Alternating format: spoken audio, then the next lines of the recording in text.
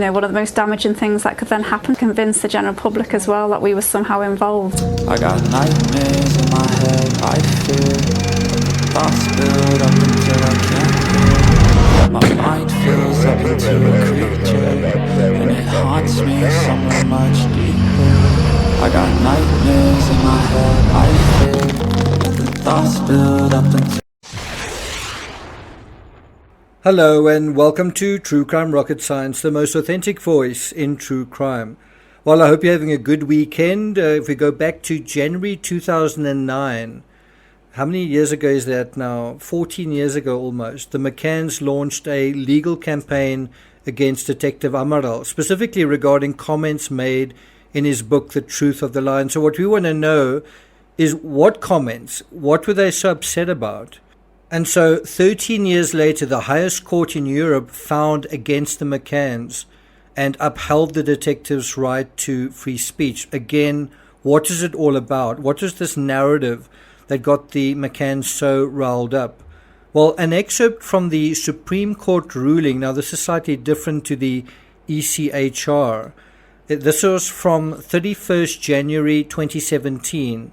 This court also found in the detectives' favor and against the McCanns, but let's have a look at how and why.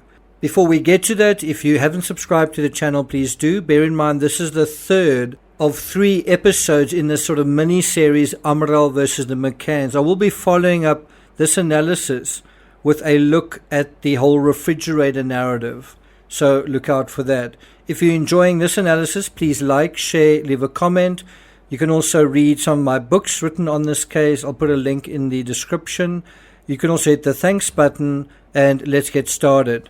So the excerpt from this ruling from the Supreme Court gives us an idea of the case that got the McCanns so riled up, and also how the Supreme Court, Portugal Supreme Court, looked at this case. Quote, "The book is the expression of an opinion, including the account of the conclusions that the author, that's Detective Amaral, draws from the means of obtaining evidence produced in the investigation in order to formulate a thesis, a hypothesis of ascertainment of the facts." That's kind of a fancy, quite verbose way of saying that the detective formulated a theory based on facts, that he came up with a concept, with a scenario that was derived from the investigation. So one's kind of got to ask, so why were the McCanns so upset? Was it the way he interpreted it? Was it far-fetched the way he interpreted it? What is the problem? According to the ruling, the thesis is synthetically that there was no kidnapping of the minor, contrary to the initial premise of the criminal investigation, which is what the child's parents maintain up to now. Now, what's quite interesting is the words from this ruling refer to this as a kidnapping. Now, typically with a kidnapping, there's a ransom, and there was obviously no kidnapping and no ransom in this case. According to this ruling, what happened was the accidental death of the child in the flat of the tourist resort, then the cover-up of this event through the concealment of her corpse and the simulation of the referred crime carried out by the claimants Gerald and Kate McCann. Those are the words from this ruling. And of course, those words are repeating the thesis, the theory, the scenario that was Detective Amaral's scenario. Going through the book, one is driven through the days of the investigation since the breaking news about the crime. The author, Amaral, underlines at each step of the timeline the various indices that present a match with the referred thesis. In other words, he's saying, I've got this theory, and at this point, and this point, and this point, and this point, and that point, or at each point along the narrative, it is anchored in evidence and can be backed up, can be reinforced with certain facts related to the case. In other words, they're saying he could be wrong, but he's nevertheless come up with an idea that is derived from facts. And then the ruling highlights some of these facts, among others, the lack of bedroom break-in signs and of strange fingerprints on page 44 and 48. That's a matter of fact, that there was no sign of a break-in. It's a fact. there was the presence of the press alerted by the group of friends of the couple, page 48. That's a fact. Why would the first thing you would do turn to the media and also get a public relations person when you could have hired a detective yourself or cooperated with law enforcement? Anyway, the fact that the key witness, Jane Tanner, affirmed the sighting of the quote-unquote pseudo-abductor when two other protagonists in the same place saw nothing, that's page 51. That's also asserted and I guess accepted as a matter of fact by the court. And then it goes on to say the inconsistencies of the statements and discrepancies of those elements of proof between themselves. Now, if you've read Amaral's book or are aware of the interview he gave to Correo da Manha in July 2008, then you know he puts together a thesis based on the evidence. In any criminal court case, there's a mosaic of evidence with a lot of missing pieces. The challenge for the prosecution is to come up with a narrative that integrates all the evidence, but then also explains the absence of evidence. It's got kind of a scenario that joins those dots. And so if the prosecution's narrative is stronger, more compelling, more complete, and more comprehensive than the defense, they win. If the narrative of the defense exposes a lot of holes, logic failures, and reasonable doubt, the defense wins. There was no trial in the McCann case regarding the McCanns themselves, per se, but the defamation trial came quite close, and as we've seen, the McCanns ultimately lost. One can only imagine if there was a trial, what may have happened. Once again, there was the narrative the McCanns tried so hard, fought a legal battle so hard to suppress. Well, what was it? In more detail, what was it? So once again, we're going back to that article from this publication, and the part that I want to highlight, we did touch on in the previous episode, is where Amaral says they had carried stakes in the trunk that had thawed, which suggests that what was said to him or what was said in the statement was that there was frozen meat that had unfrozen, I guess, in the vehicle, right? And this then imputes a refrigeration scenario, that either there were steaks or fish or something bought in a supermarket, or some other scenario where something else had thawed, but it nevertheless imputes a refrigerator. Now, I don't know whether Amaral knows for a fact that those steaks were thawed, whether he's quoting it accurately from what he was told or what other law enforcement were told, or whether he's assuming that, or whether that word is just either hypothetical or random or guessed. But if that word is based on actual statements, and I think that is very interesting, this idea that it wasn't a cadaver that thawed, but steaks that thawed, but that then suggests this idea of something that had been frozen to begin with. What's often missing from the English narrative, the British reporting of this whole story, is the narrative of the Ocean Club staff, who were invariably Portuguese, not English speaking, not British. And so the staff kind of had a different narrative to what the Tapa 7 had. The staff at the Ocean Club experienced that night and the individuals in a different way to the narrative of the Tapa 7. And there was an American journalist who could speak Portuguese who went down to Portugal and interviewed people and came up with some very interesting information. I think he was from the CBS network. I've written about him in some of my books. In any event, going back to the article, an adult carrying a child until the beach, how long does it take? Amaral answers 15 minutes. Now, I timed this myself. I went from the door of apartment 5A along a route that I had anticipated was used, and then I returned. And I think I measured it slightly shorter than 15 minutes. And this is 15 minutes of walking at a fairly rapid pace, no running whatsoever. And if you think about it, this whole story that the Tapa 7 would get up and go and check on someone and then come back, right? then they were invariably gone for 15 to 30 minutes. Sometimes it's 20 minutes, but there's the absence of someone from the table.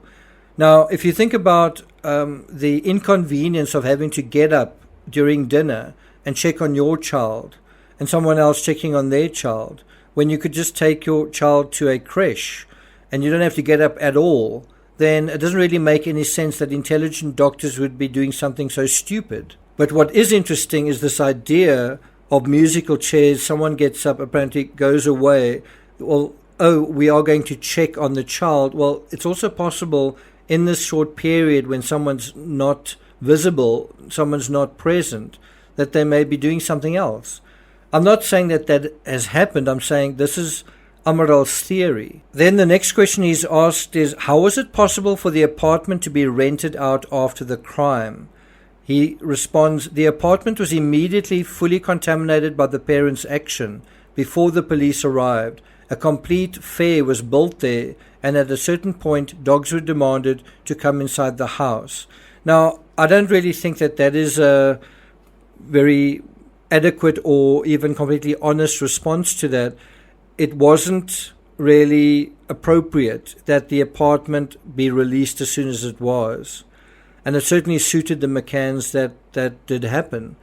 And you could actually anticipate or expect a scenario where the contamination in terms of people coming to the house was nothing like the contamination that's involved when someone cleans the apartment repeatedly. And that can only happen if you release it.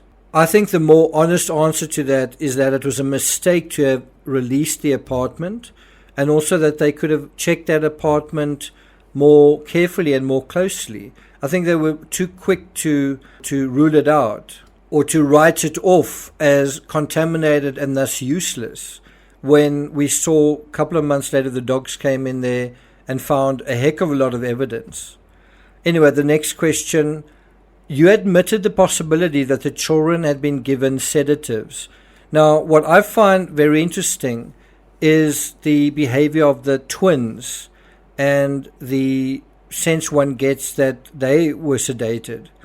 And that's what he says. He says the twins, with the lights on, with the lights off, with a crowd of people going in and out, slept until 2 a.m. Now, bear in mind the imputed abduction apparently happened at 10 a.m. and apparently the twins slept for 4 hours solid for the next 4 hours and nothing woke them up. Even when they were carried into another apartment, they still didn't wake up. And this, I think, is pretty compelling.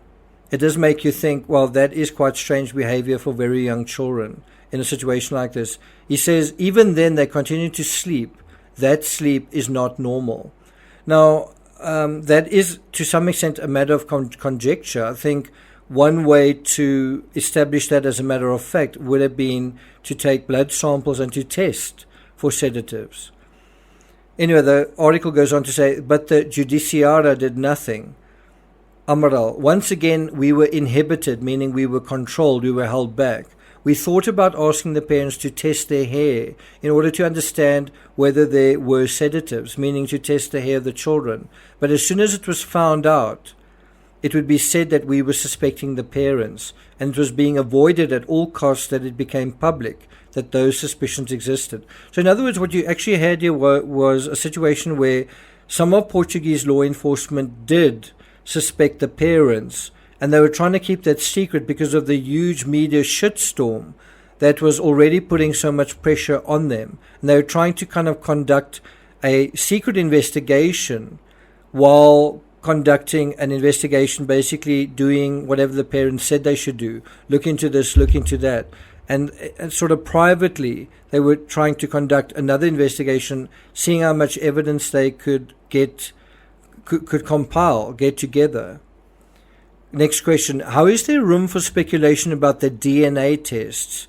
It was those results that allowed you to advance with the Arguido status. Now, what I find so strange about that comment is it seems like it's the DNA which ultimately resulted in the case being a dead end. And I suppose one could also argue that if you argued in 2007 going into 2008 that cadaver dog evidence was unreliable, intrinsically unreliable, well then the case would come to a kind of a dead end. So I'm not sure exactly why it did come to a dead end, but this is his answer. Amaral says, the speculation is done by the scientist who performs the test. He starts out by saying in his preliminary report that it was easy to say that it was Maddie. Then he raised other questions. Of course, nobody can be accused based on that data alone. So what he's saying through that is, and he doesn't say which scientist it is. I do suspect it's a British scientist from the FFS labs, but apparently they came out with a preliminary report that was quite definitive and then went back on that, walked back on that assessment, and then said that there were other questions, especially because there were other children that would have shared Maddie's DNA to some extent. But he does make a good point that even if the DNA was quite definitive, you couldn't make your case on the DNA alone. And then this is the part that I think is so fascinating and that I want to build the next episode upon. The cadaver was frozen. What do you think happened to the body? And so on this specific aspect, Amaral is asked to share his opinion on the idea of basically a refrigerator. And he says, everything indicated that the body, after having been at a certain location, was moved into another location by car 20-something days later. With the residues that were found inside the car, the little girl had to have been transported inside it. Now, when he says residues, it's unclear exactly what he means. Does he mean water fluid? Does he mean just human biological samples? Or does he mean a combination of DNA, blood, and perhaps even chemicals associated with a refrigerator? And I'm going to be dealing with that aspect in a separate analysis dealing specifically with the refrigerator. And this is one of the trickiest areas of the entire McCann thing, because there's arguably very little evidence of a refrigerator. But the question is, no evidence, a little bit of evidence, or legitimate evidence that is actionable? Well, we'll be discussing that in the next episode. Thank you for listening, and I'll see you guys next time.